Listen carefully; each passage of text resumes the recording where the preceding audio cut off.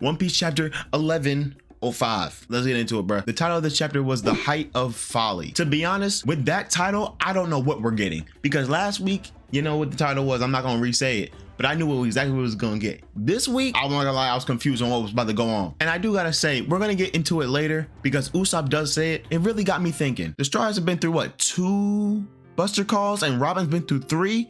So I'm gonna be honest, they didn't even start getting Buster Calls until Robin was on the team. So guess what? She really might be cursed. Let's be honest. Robin, we love you.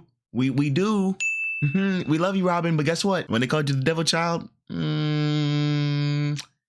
have been right. You might be cursed a little bit, man. I mean, it's okay, man. We got to get some, you need to get some jujitsu sorcerers to, you know, go and handle that for you. Anyway, and so at the beginning, we see the grunts running, and I'm gonna be honest with you. I don't know why in every show, cartoon, anime, I don't know what it is. When it's a group of grunts and they always start running, they always gotta scream something in full sentences. We all hear the announcements. We all know what to do. We see it coming. You don't need to tell me anything. I'm gone. I'm already on the ship. And I'm gonna be honest, listen, I had to look up the Vice Admiral name because there's too many of them for me to be keeping track. But her name is Doll, and Doll goes to Saturn and Kizaru and is like, look, bruh, we gotta get you off this island because listen, we got a Buster Call coming. You know what I'm saying? We trying to preserve you too. Saturn is, listen, when I say I love him as a villain, I love him as a villain, but I hate him. You know what I'm saying? Because he does something that in real life pisses me off. He says to Doll, nah, we are staying on the island. What you mean we? If I'm Kizaru, I don't care if you're my boss. We? No, sir, this is different times. I quit, Saturn. And even Kizaru looking, he just like, man, he gonna kill me if I don't do this, man.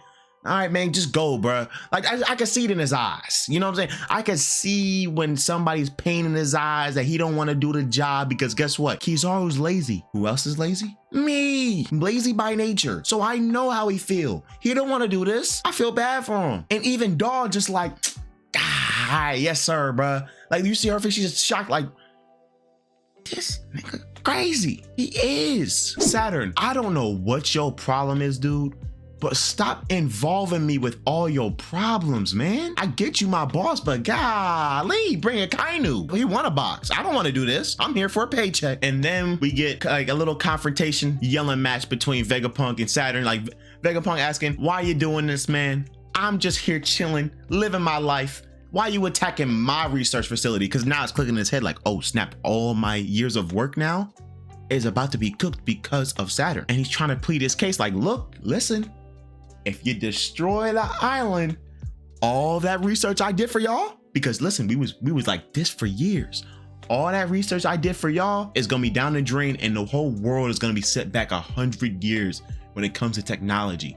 I'm that valuable to you, Saturn. And he even goes to Kizaru, and Kizaru, man, remember I told you he's only doing this for a paycheck? I'm dead serious. But listen, it's either I get killed by that man and don't get my 100K salary that I'm gonna get by the end of the day, because I know these admirals get paid like football players, or I team up with you and I gotta get bombarded with a bunch of attacks from the world government. I'll take my chances in attacking you. It ain't personal. Like, I feel like he's going through a lot of pain right now, but I feel bad for him because he really only signed up to get a paycheck, man. I'm always for a guy getting his bag, but when it goes for your morals, man, it's conflict. Because listen, I know Kizaru not broke no more. He been an admiral for some time now. He got a lot of money saved. He could retire. He probably gonna retire after this. I'm gonna be honest. It might break him up mentally. Hot take. I don't know if Oda would do this now. I know it sounds crazy, but hear me out. Kizaru, after this time, probably kills somebody. I don't know whether it's Sentomaru. I don't know whether it probably won't be Vegapunk, but he will kill somebody that's close to him. Whether it's on accident or on purpose, or Saturn will do it. It'll mess up Kizaru mentally. He'll think about all the stuff that he was doing for a bag, which I can't blame him because listen, sometimes the bag blinds you.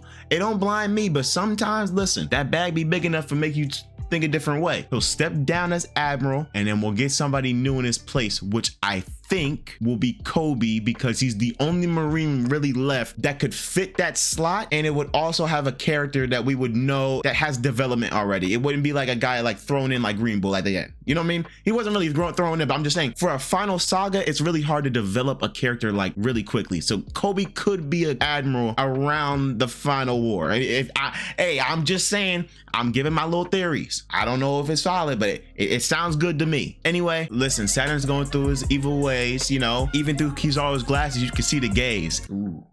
Oh, I know y'all like that one. Kizaru pretty much tells Vegapunk, remember that ship that you sent out the other day, yesterday? You know, you think I ain't know, did you? Well, guess what? They're cooked, buddy. I blew it up. I told them go blow that shit up. I don't want to see a remnants of any of those dudes alive, bro. I don't want to see the men, the women, the children, the fishes, the dogs, the cats, the turtles, any of them. I don't want to see life on that boat after I'm done. And that's exactly what happened. So we think. And he said, listen, I did it for the betterment of the world. You know what I'm saying? Listen, the void century, that's very, very tough. I can't have that leaking out, you know? For the betterment of the world, it's better for them not to be alive than for the void century information to leak out. And in all honesty, I can't lie to you. I agree with him. If it hinders the team, you got to get rid of the opposing players. And I can't get mad at Saturn for doing that. He's doing the logical thing. I like a logical villain. And then that boy Vegapunk start coming out with tears, man. Like, yo, they didn't know nothing about this, man. And I'm sorry, you broke the rules, not me. Maybe them boys would have been alive. But it's your fault. It's on your hand. The blood's on your hands, not mine. You didn't want to follow the rules. Then the Straw Hats and the Vegapunks are going to the ship, you know, preparing to leave the island because listen, we got to get out of here. Buster Call, we gone. And I'm so thankful for Oda for doing this because I was gonna have to put Oda on Josh Giddey watch if he didn't. I was this close to putting him on Josh Giddey, Karl Malone watch. It was this close. I knew the GOAT would pull through. I know he wouldn't be Vince McMahon in it out here. Bonnie says, listen, but Sanji, what about Vegapunk? And I got scared because I don't know how Sanji be reacting sometimes, bro. I really don't. Like, Sanji, because his character is how he is, because towards kids he's fine, but how he was reacting to Bonnie before versus Bonnie now, thank the Lord it's different. I was gonna have a heart attack if it wasn't, but he said, don't worry, Bonnie-chan, we're not gonna leave without him. And I'm so happy that it was normal. But anyway, you know, Sanji calls Nami and says like, yo, what you doing, where you at? And I ain't gonna lie, we're gonna have to take a pause right here. Man, I don't know how Oda be cooking Nami up like this. I'm not gonna lie, like, she's dressing like Ice Spice on Egghead. I'm not gonna lie. There's a lot of fan service going around. I'm not gonna lie. This man Oda just drawing a lot of fan service. I'm not gonna lie. If I was in the One Piece universe, I'm folding. And here's my problem with this, right? Because I was on Twitter today, and after I read the chapter, everybody's all getting up in arms. Oh, Zoro's a fraud. Oh, Zoro's this. Let my goat cook, okay? Let him cook. They said Zoro's still off dealing with Lucci. I'm gonna let y'all know right now. Yes, that sounds bad for the one like bit you get. The other stuff gives context on how that fight's really going. It says Jinbei, we sent Jinbei over there so he doesn't get lost, meaning Zoro would whoop Rob Lucci ass. He would.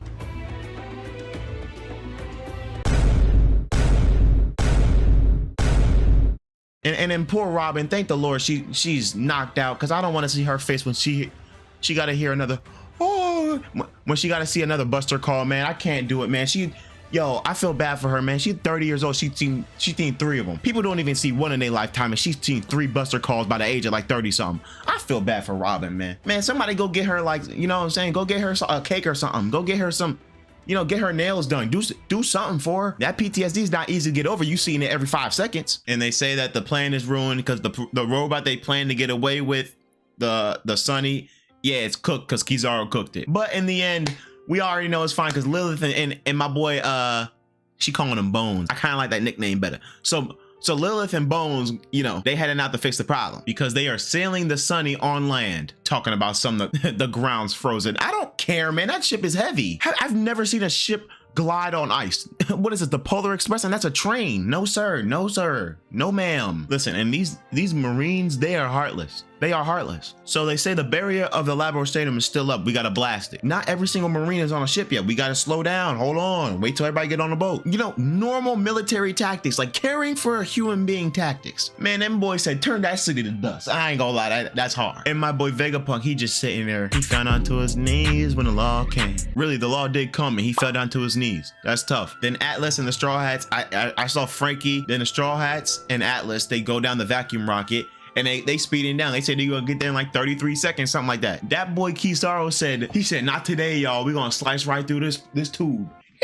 Pretty much what happened. Here goes Saturn again. Like, I don't think he has any kids. Like, bro, you need to get a life. Talking about some pacifistas shoot down Bonnie and Kuma. First of all, Kuma is literally one of y'all now. That man is literally one of y'all. Then you got Vegapunk freaking out because he said when he saw Bonnie become a pirate, he's scared because he saw one of the pacifistas, and one of the pacifistas would have brought back memories of her dad, even though they're not her dad, all that stuff. Pretty much stunned, freaking out like these.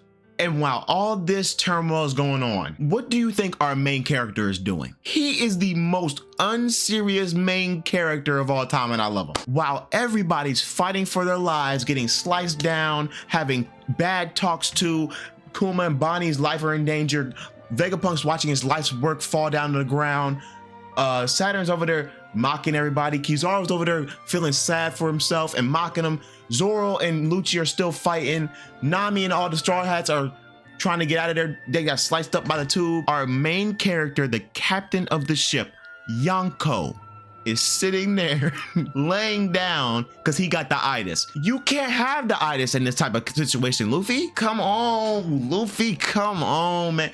And you know he gonna make this, he gonna turn the situation around and somehow make it badass. And that's why I love Luffy. But remember what I said about that ship earlier? Saturn pretty much bragging that, yeah, we shot that ship down. Oh no, you didn't. Someone else ruined the Marine ship, and that is the ship that got sent down. That's the ship that got Titanicked. And whoever did it, whoever is the one that took down that ship is now heading to Egghead. And now I'm excited to find out who it is, because it can't be, it could be Shanks, but I highly doubt it's Shanks. Can't be Marco, he's not getting into affairs anymore. Blackbeard wouldn't save anybody, he'd probably kill everybody. Law is fighting for his life. Kid's dead.